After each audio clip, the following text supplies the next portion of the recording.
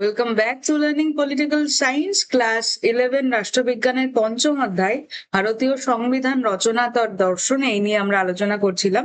প্রথম ভিডিওটা আমরা আলোচনা করেছি যে গণপরিষদ গঠনের প্রথম দাবি কে রাখে, কিভাবে ধাপে ধাপে গণপরিষদ গঠন হয়।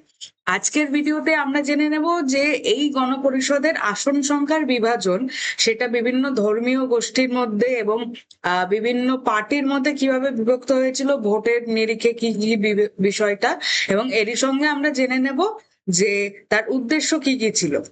তো গণপরিষদ বেসিক্যালি আমরা জানছি যে ওই কমিশন এসে তৈরি করে দিচ্ছে, মানে মোট কথা স্ট্রাকচারটা তৈরি করছে। এরপরই কংগ্রেসের সভাপতি তৎকালীন মৌলানা আবুল কালাম, যিনি কিনা আমাদের দেশের প্রথম শিক্ষামন্ত্রীও ছিলেন, তিনি বলছেন যে গণপরিষদ তো করতেই হবে, তার সঙ্গে সঙ্গে একটা অন্তর্বর্তীকালীন সরকার তৈরি করতে হবে। কারা তৈরি করবে? ভারতীয়রা।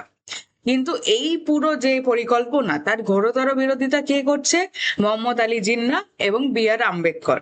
কারণ কি তাদের বিরোধিতার আসল কারণ ছিল, তারা মনে করতেন যেহেতু ওই সময় কংগ্রেসের মেজরিটি মেম্বার হিন্দু ছিল, তাই যদি গণপরিষদ গঠন হয় বা ভারতীয় সংবিধান তৈরির কাজ শুরু হয়, সেখানে হিন্দুরা হিন্দুদের চিন্তা ভাবনা প্রাধান্য পাবে, সেখানে মাইনরিটি রাইট, সেটা ধর্মীয় দিক এবং কাস্টের দিক, দুদিক থেকে হয়তো কোথাও সমস্যা হতে পারে। তো এই একটা অন্যতম কারণ ছিল যার জন্য এনারা বিরোধিতা করেছিলেন। তো এই ছিল আমাদের যে গণপরিষদের আর কি মিটিং। তো এটা, এই ছবিটা এতদূর আসার আগে অবধি কি কি হয়েছিল সেটা এবার আমরা জানবো। তো ক্যাবিনেট মিশন সুপারিশ করে দিল এবং তার ফলে তাদের সুপারিশে বললো যে টোটাল মেম্বার হতে হবে 385টা। এবার এই 385টা মেম্বারের মধ্যে প্রাদেশিক আইনসভা, অর্থাৎ ব্রিটিশ সরকার অধীনের অঞ্চলগুলোতে যে আইনসভা ছিল সেখান থেকে 292 জনকে নির্বাচিত হতে হবে। এবং দেশীয় রাজ্যের প্রতিনিধি, অর্থাৎ এমনও তো ভারতবর্ষের অংশ ছিল যেগুলো ব্রিটিশরা অধিকার করতে পারেনি, সেগুলো স্বাধীন টেরিটরি ছিল, তো সেইখান থেকে মনোনীত হবে কতজন? 93 জন।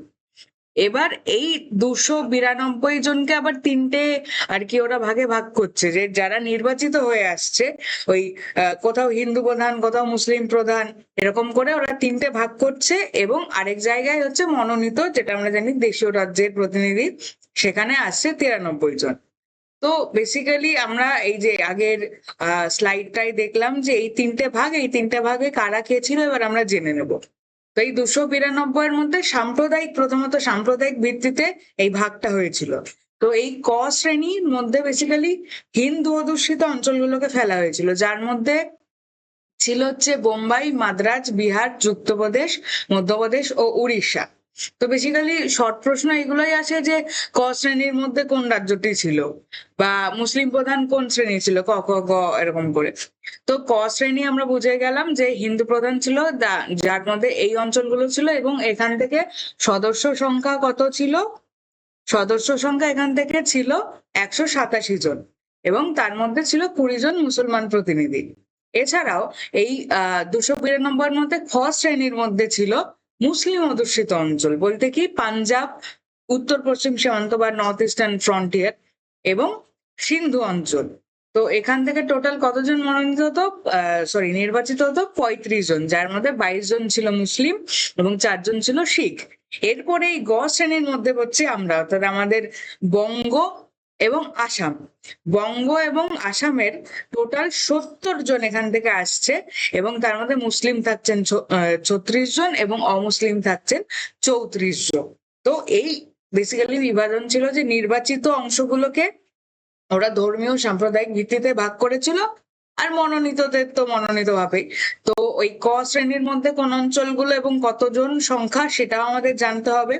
ক শ্রেণীর মধ্যেও সেটা নাম্বার গুলো জানতে হবে, গ শ্রেণীতেও তাই। এখান থেকে অনেকগুলো শর্ট কোয়েশ্চেন আসার সম্ভাবনা রয়েছে। এরপরে আসছে যে এইগুলো ছাড়াও আর কি কি সুপারিশ ছিল। তো গণপরিষদ বলছে যখন ভোটাভুটি হয়ে গেল, তারপরে সেই যে আমরা প্রথম ছবিটা দেখিয়েছিলাম, এই এই কমিটি যখন গঠন হয়ে যাবে, গণপরিষদ গঠন হয়ে যাবে, তখন সেখানে একজন সভাপতি এবং অন্যান্য যারা পদাধিকারী তাদের নির্বাচন করে দিতে হবে, যারা বেসিক্যালি দায়িত্বগুলো সামলাবে। এরপর বলা হয়েছিল যে অনুন্নত অঞ্চল বা জাতি, যারা পিছিয়ে পড়া জাতি, তাদের জন্য একটি উপদেষ্টা পর্ষদ বানাতে হবে, যাতে তারাও আর কি দেশের অগ্রগতির সঙ্গে সমানভাবে সামিল হতে পারে। এছাড়াও যে প্রাদেশিক প্রতিনিধি, তাদের 3টি শ্রেণীতে বিভক্ত হয়ে পৃথক পৃথক ভাবে নিজের অঞ্চলের জন্য সংবিধান রচনা করার কথা বলা হয়েছিল। মানে কতটা মানে বিভাজনমূলক মানসিকতা ছিল ব্রিটিশরা, যে 200 বছর ভারতবর্ষকে নিংড়ে নিংড়ে শেষ করে নিল, অর্থনৈতিকভাবে শেষ করে দিল, মানুষের মনে ধর্মীয় বিদ্বেষ ঢুকিয়ে দিল। ওরা যাওয়ার সময় পর্যন্ত ওদের ছলচাতুরি ছাড়লো না, যে কি বলছে পৃথক পৃথক ভাবে নিজের নিজের অঞ্চলের সংবিধান তৈরি করবে। অর্থাৎ হিন্দু অধ্যুষিত অঞ্চল, হিন্দু আইডিওলজি বেসড একটা সংবিধান তৈরি করবে, মুসলিম অঞ্চল মুসলিমদের আইডিওলজি হয়ে সংবিধান তৈরি করবে, এবং বাংলা আসাম নিজের মতন তৈরি করবে, এবং সারা জীবন মানে যতদিন দেশ থাকবে নিজেদের মধ্যে মারকাট করে মরবে। মানে যাওয়ার সময়ও দেশকে আমাদের কি করে ক্ষতি করা যায় ব্রিটিশরা সেই ব্যবস্থা করে গেছে। তো এরপরে যখন গণপরিষদ গঠনের জন্য ভোটটা হলো, তো সব থেকে সেখানে বেশি নাম্বার পেল কংগ্রেস।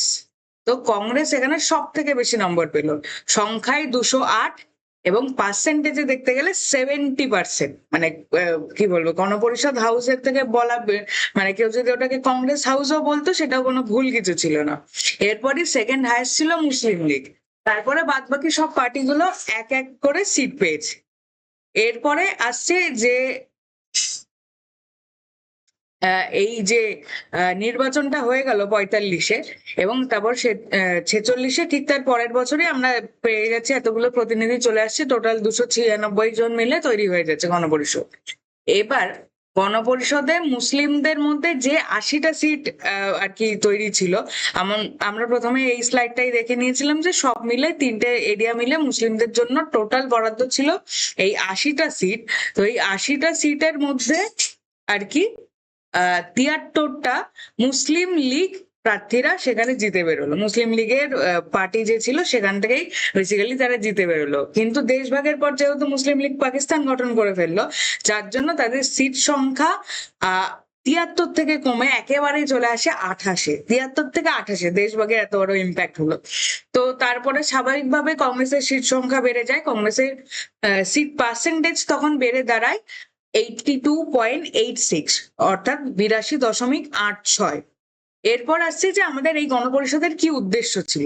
তো গ্রাভাইল অস্টিন হচ্ছে ভারতীয় সংবিধান বা পৃথিবীর শ্রেষ্ঠ সংবিধান, যুক্তরাষ্ট্র ব্যবস্থা, এই সমস্ত বিষয়ে ওনার খুব গুরুত্বপূর্ণ পর্যবেক্ষণ রয়েছে। তো উনি বলছেন যে গণপরিষদের প্রধান কাজ ছিল সংবিধান একটা খসড়া তৈরি করা, যা সামাজিক বিপ্লবের লক্ষ্য পূরণ করবে, অর্থাৎ ভারতীয় সমাজ ব্যবস্থাকে বদলে দেবে এমন একটা সংবিধানের খসড়া অর্থাৎ রাফ তৈরি করা। এটা কে বলছেন?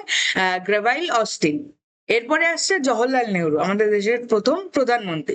উনি কি বলছেন যে গণপরিষদের প্রধান কাজ হলো নতুন সংবিধান প্রণয়নের মাধ্যমে ভারতকে স্বাধীন করা, দেশের ক্ষুধার্ত মানুষের মুখে দুমুঠো অন্ন তুলে দেওয়া, বস্ত্র তুলে দেওয়া, এবং প্রত্যেকটি ভারতীয়কে আত্মবিকাশের জন্য সর্বাধিক সুযোগ দেওয়া। অর্থাৎ যখন আমাদের দেশ স্বাধীন হচ্ছে, যে কি ভয়ঙ্কর পরিস্থিতি ছিল, মানুষ খেতে পাচ্ছে না, দুর্ভিক্ষ লেগে আছে দেশে, রোগ ব্যাধি, মানে পড়াশোনা তো দূরস্থ, খাবারই খেতে পাচ্ছে না, এরকম একটা জায়গা থেকে গণপরিষদের মূল কাজ হলো দেশকে শুধু স্বাধীন করা নয়, অন্ন বস্ত্র বাসস্থানের ব্যবস্থা করা, প্লাস দেশের মানুষ যাতে নিজের নিজের পোটেনশিয়ালকে বিকাশ করতে পারে এরকম পরিস্থিতি পরিমণ্ডল তৈরি করে দেওয়া। এরপরে আসছে যে এই যে আর্থসামাজিক যে বিপ্লব হবে দেশের, তার জন্য 5টা মৌলিক বিষয়কে সংবিধানে ভীষণ গুরুত্ব দেওয়া হয়েছে। প্রথমটি হচ্ছে গণতান্ত্রিক সমাজবাদ, অর্থাৎ আমাদের দেশে যে সমাজবাদের সিস্টেমটা হবে সেটা গণতান্ত্রিক বা ভোটাধিকার এই পদ্ধতিতে আসবে। এরপরে সংসদীয় ব্যবস্থা, যে পার্লামেন্টারি সিস্টেম, যেটা আমরা দেখি যে বিধানসভা বা আমাদের পার্লামেন্ট, এইগুলোতে কি আমাদের প্রতিনিধিরা যাচ্ছে, আমাদের প্রয়োজন অনুযায়ী তারা আইন কানুন তৈরি করছে, মানে কথা ছিল তাই হচ্ছে, সেটা আলাদা ব্যাপার। আরেকটা হচ্ছে ধর্মনিরপেক্ষতা, যেটা একটা খুব গুরুত্বপূর্ণ পয়েন্ট, যে আমাদের রাষ্ট্র বা সরকার কোনো একটি ধর্মকে বিশেষ প্রাধান্য দেবে না, বা এমনও কিছু করবে না যে কোনো একটা ধর্ম সাইড লাইন ফিল করে, অর্থাৎ সামনে এসে কোনো ধর্মকে প্রমোটও করবে না, আবার কোনো ধর্মর নামে কোনো অপবাদও দেবে না। এটা ছিল একটা মানে ভীষণ সুন্দর এবং ভীষণ mature political decision. But unfortunately এটাও এখনের দিনে অনেকটাই সরে এসছে বর্তমান রাজনীতির প্রেক্ষাপট থেকে। এছাড়াও আরেকটি পয়েন্ট কি ছিল, যে যুক্তরাষ্ট্রীয় ব্যবস্থা, অর্থাৎ আমাদের একটা পাওয়ার সেন্টার থাকবে যেমন দিল্লি, এবং তার পাশে অন্যান্য আমাদের রাজ্যগুলো থাকবে। এছাড়া কি আছে, যে বিচার বিভাগীয় ক্ষমতা, অর্থাৎ যে সংবিধান তৈরির পর অবভিয়াসলি সময়ের সঙ্গে সঙ্গে আমরা জানি যে নতুন চাহিদার সঙ্গে নতুন আইন লাগে। তো এমন কিছু আইন যদি পার্লামেন্ট এনে ফেলে যেটাই ব্যক্তি স্বাধীনতা কোনোভাবে খর্ব হয়ে যাচ্ছে, সেটা কিন্তু আমরা চাইলে বিচার বিভাগের কাছে আমরা যেতে পারি। এর আগে চ্যাপ্টার গুলোতে আমরা পড়েছি যে ভারতীয় সংবিধানের এই ফ্লেক্সিবিলিটিটা আছে যে সে আমাদের সংবিধানে আমাদের ব্যক্তি স্বাতন্ত্র অধিকারকে খর্ব করে নিলে এমন কোনো আইন আনলে আমরা যদি বিচার বিভাগের কাছে যাই, অভিযোগ করি, সেখানে কিন্তু আমাদের আইন পুনরায় সংরক্ষণ হবে, মানে আমাদের রক্ষা কবচ হচ্ছে বেসিক্যালি বিচার বিভাগ। তো এই 5টা বৈশিষ্ট্যকে ভীষণ রকমের গুরুত্ব দেওয়া হয়েছে। আজকের ভিডিওতে এইটুকুই, দেখা হচ্ছে পরের ভিডিওতে। Thank you for watching.